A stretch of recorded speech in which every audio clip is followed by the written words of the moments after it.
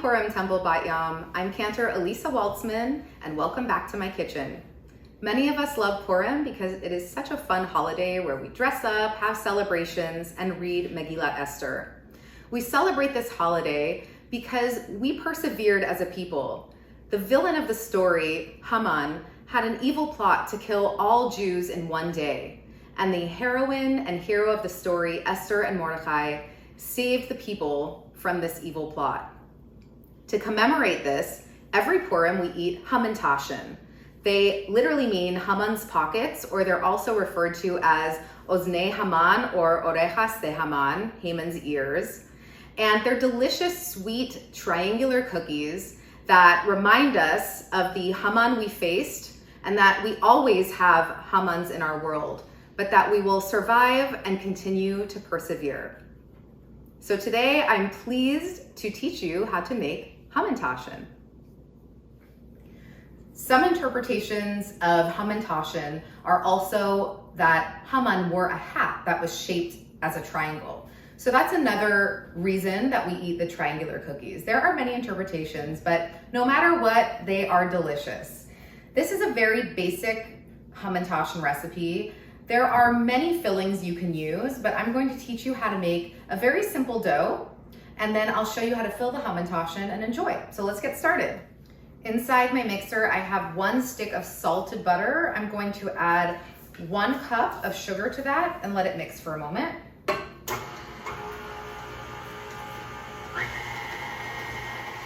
Once that is mixed, I'm going to add 3 eggs.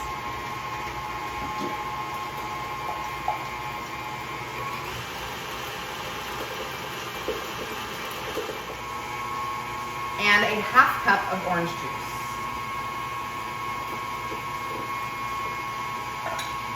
It's looking and smelling very good already. Now I will add 2½ teaspoons of vanilla. The last thing to the wet ingredients, I'm going to add the zest of a half lemon and half orange.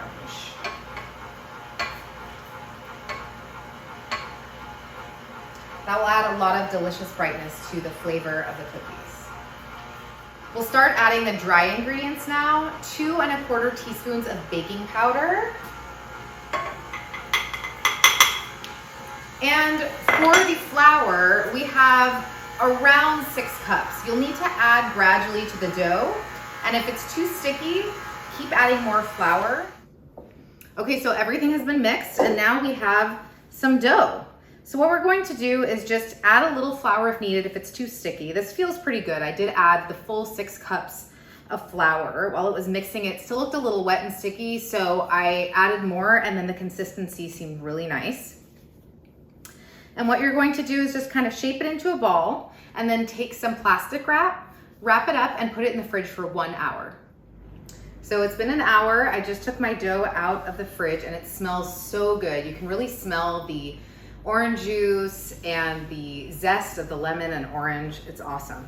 So I floured the surface and we're just going to roll out the dough.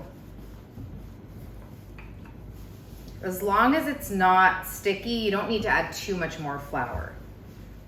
You can make your Hamentaschen any size you'd like. What I would recommend using is a glass as your cookie cutter.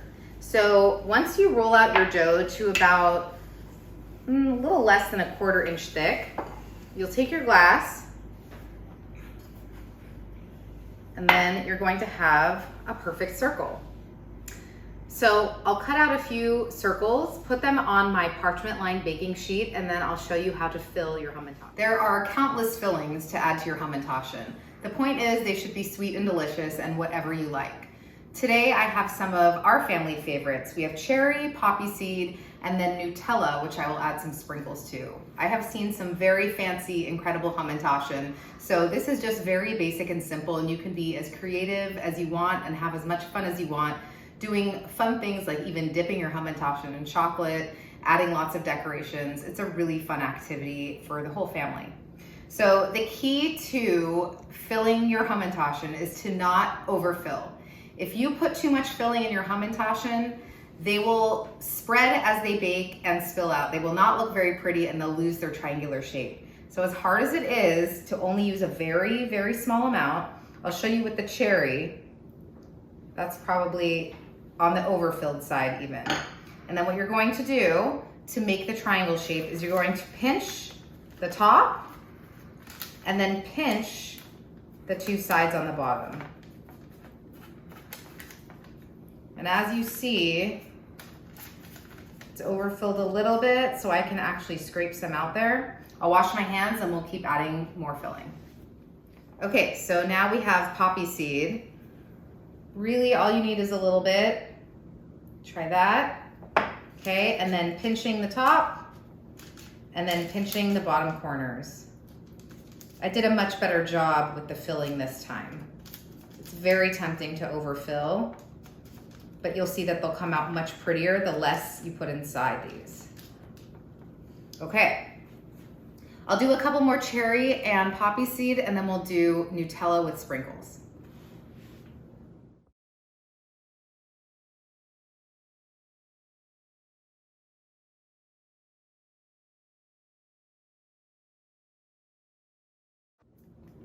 So for the sprinkles on top of Nutella, to get the sprinkles to stick, I use a little egg wash on top of those. You can put egg wash on all of the Hamentaschen if you want them to be a little shinier looking.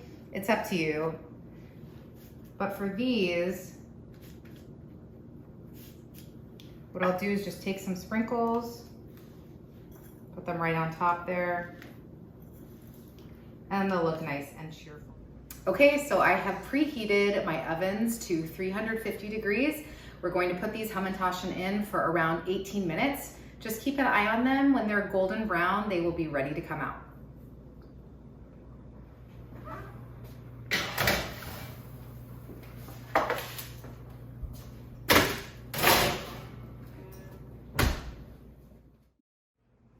Okay, so the Hamentaschen are all done. I did want to mention that you can make the dough the night before, put it in the fridge, and cut your circles and bake your Hamentaschen the following day, just to make it a little less time consuming. But again, this is a very simple recipe. You can have lots of fun being creative and adding different fillings and flavors. Wishing you a very happy Purim.